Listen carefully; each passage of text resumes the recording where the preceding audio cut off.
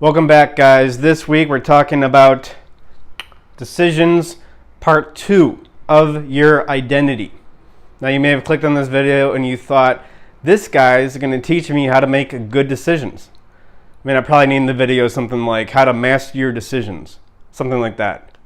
Fortunately, we're not going to learn how to make good decisions. I can't teach you how to do that. I don't think anybody's smart enough to. But what we can learn, and what we will learn in this video, is how to get good at making decisions, not make good decisions.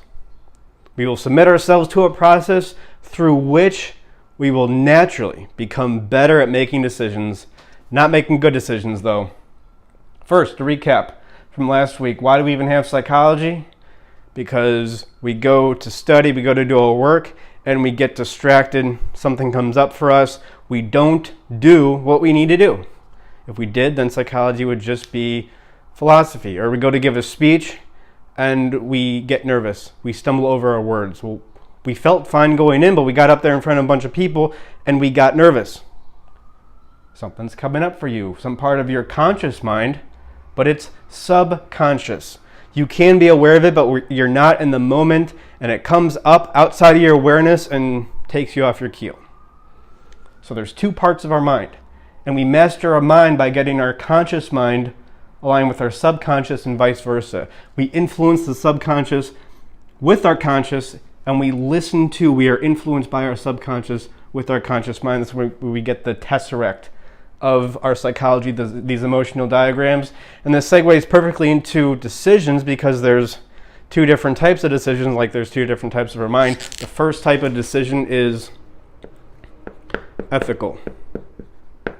We learn something, some principle, and we apply it to our lives. You learn, hey, I should be honest. So your mom asks you how you did on the test and you failed.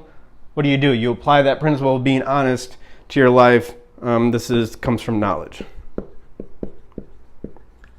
Represented by the right side up triangle. The other type of decision is intuitive.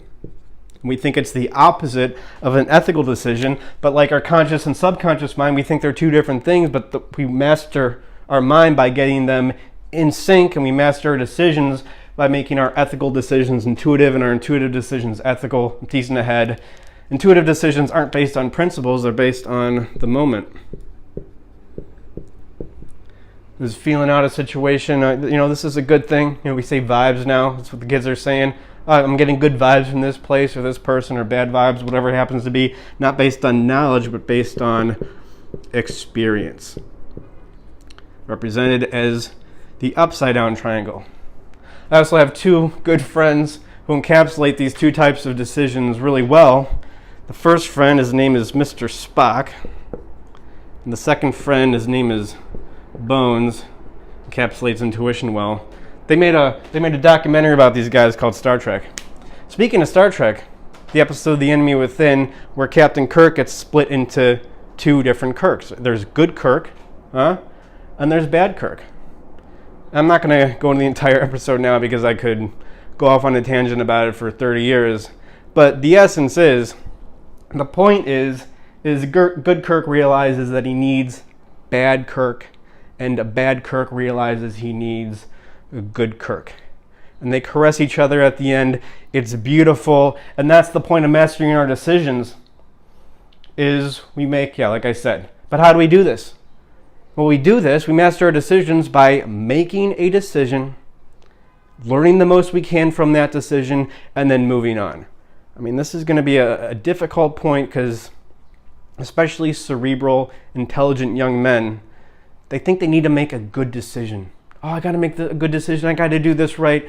No, you don't have to make a good decision. You're not going to ruin your life by making a bad decision, usually.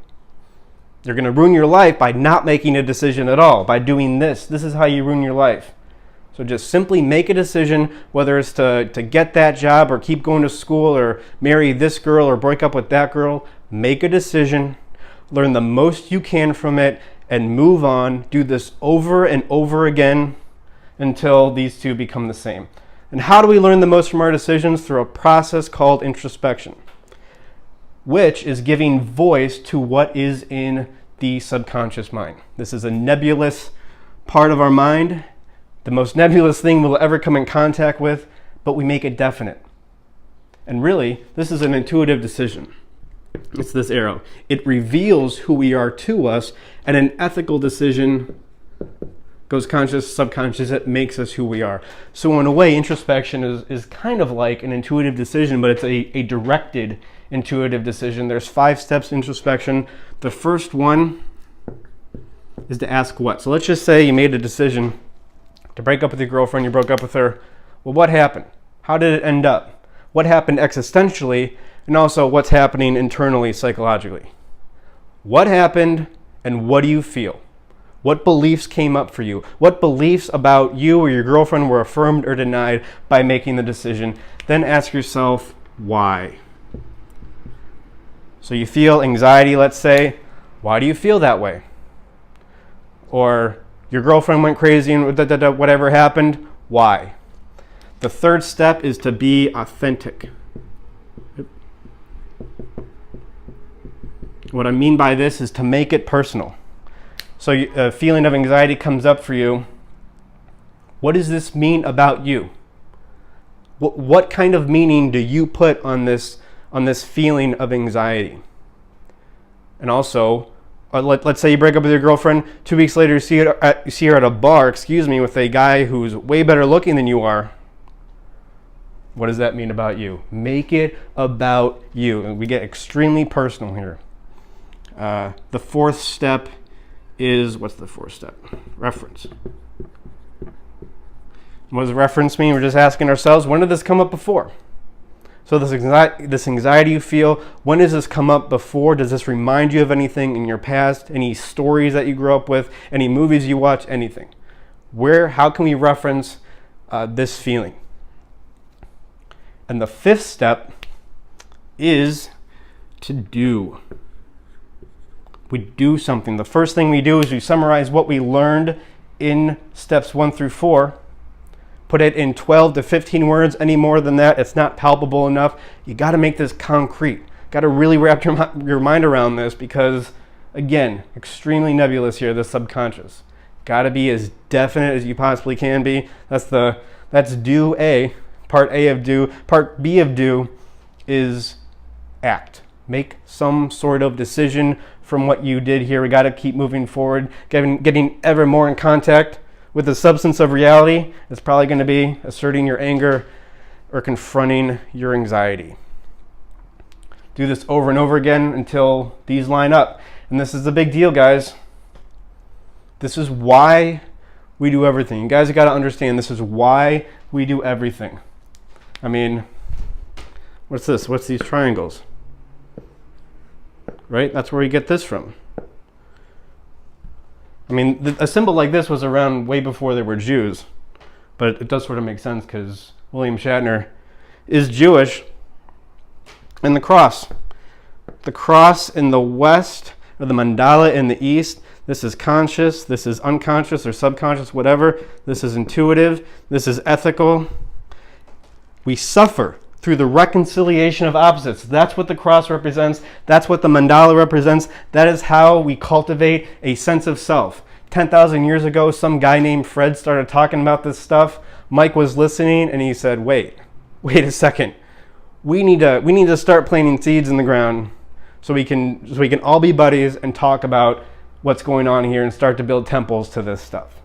Let's start building ziggurats. That's what happened. This is why we have culture. We have culture so we can talk about these ideas. It's that big of a deal. I mean, I could just keep going with this, though. I'm not going to. But this is male. This is female. This is analytical. This is creative. This is deductive. This is inductive.